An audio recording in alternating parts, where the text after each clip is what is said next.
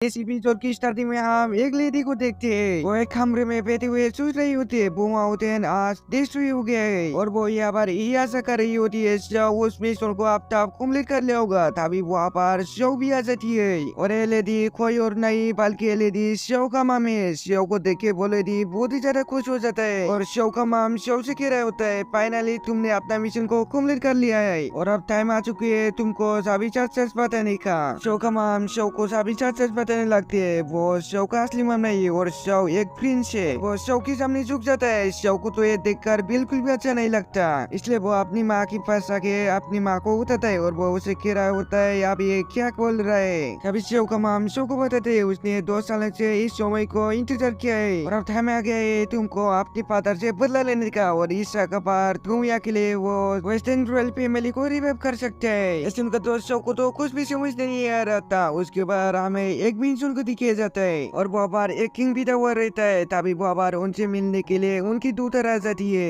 वो लड़की उसे पूछते है कि आपने इस जगह पर मुझे इतना जल्दी में क्यों भूले। तभी किंग बोलता है किंग माउंटेन कोलैप्स हो चुकी है और उसके अंदर मौजूद वोल्केरी हैमर भी गायब हो गया है और मैंने तुमको यहाँ पर इसलिए भूले तुम वेंचुरी टाउन में जाकर उस हैमर के बारे में पता लगाओ। ऐसे उनका तो इस लड़की को 740 वोट का झटका लगता है और वो ये बोल भी रहा होता है कि ये हैमर पिछले 500 सालों से इस माउंटेन के अंदर ही रखा हुआ था और आज तक कोई भी इस हैमर को उठा ही नहीं पाया। तभी किंग कहता है हाँ तुमने बिल्कुल सही कहा, वो बैटल की बार उस हैमर को कोई भी उठा ही नहीं पाया था और यह तब की लॉर्ड लुआंग लू ने भी उस हैमर को उठा नहीं पाया था। इसलिए मैं ये जानना चाहता हूँ कि अचानक वो हैमर कहाँ पर चला गया या तो किसी ने उस हैमर को उठा लिया। तुम जल्दी से जाके मेरे को उसकी जानकारी ला कर दो। उसके बाद प्रिंसेस एक बंदे के पास आती है। वो बोलता है तुमने आज का न्यूज सुना है किलिंग माउंटेन डिस्ट्रॉय हो चुकी है। तभी वो पर्सन कहता है ये हमारे लिए गॉड का संदेश है। अब तो हमारे फैमिली के ऊपर बहुत ही बड़े खतरे आने वाले हैं क्योंकि इससे पहले ये सब बहुत सारी बुरी चीजें हुई है और अब तो वो कोरहीमर भी गायब हो चुकी है। ऐसा कहने के बाद वो पर्सन वहाँ से चला जाती है।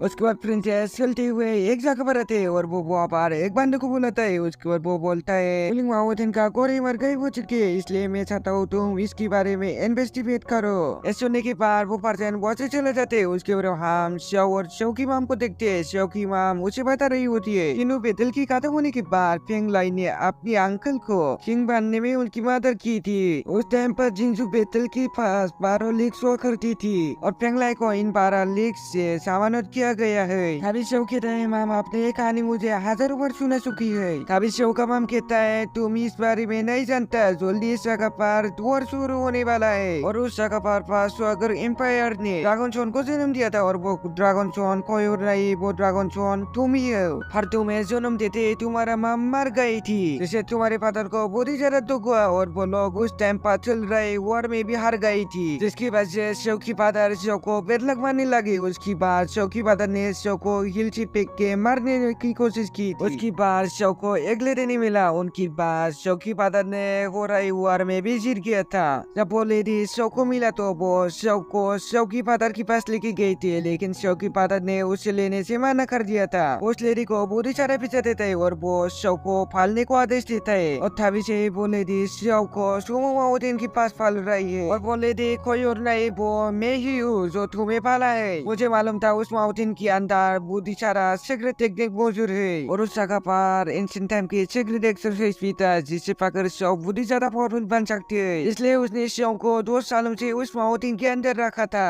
ताकि वो बहुत ही ज्यादा पावरफुल बने और शव पिछले 2 सालों से उस केव के अंदर खाली विजन भी कर रही थी और यह बार शव की माम शव को उस जगह से बाहर निकलने का इंतजार कर रहा था जिससे शव बहुत ही ज्यादा पावरफुल बन के अपने फैमिली से बदला ले सके क्योंकि इस जगह पर मौजूद रॉयल फैमिली इस जगह पर रूल करने की लायक नहीं है। दूसरी तरफ हमें प्रिंसेस को दिखाया जाता है वो अपने घोड़े पर बैठ के खाई पर जा रही होती है और वो ये भी सोच रहा होता है फुलिंग माउंटेन एक मिस्टीरियस प्लेस हुआ करता था और एंशिएंट टाइम में उस कोरहीमर को काफी ज्यादा पावरफुल माना जाता था और उस हैमर को यूज करने वाले पर्सन को गोरो हैमर कहा जाता था और पिछले 500 सालों से उस हैमर को कोई भी हिला भी नहीं पाया था। तो अचानक वो हैमर कहा जा सकता है उसे जल्दी से उसके बारे में पता करना होगा और इसी के साथ ये एपिसोड भी यहाँ पर खत्म हो जाता है। गाइस अगर आप लोगों को वीडियो पसंद है तो वीडियो को लाइक करने के साथ साथ चैनल को भी सब्सक्राइब जरूर से कर देना।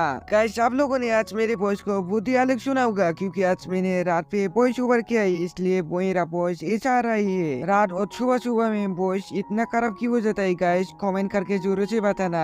गाइस अगर आप लोगों को उसकी नेक्स्ट एपिसोड बुद्धि जल्द देखना चाहते हो तो वीडियो को लाइक करने के साथ साथ कमेंट भी कर देना। अगर आप लोग ऐसा करते हो तो मैं उसका नेक्स्ट एपिसोड बुद्धि जल्द अपलोड करूंगा। Thanks for watching.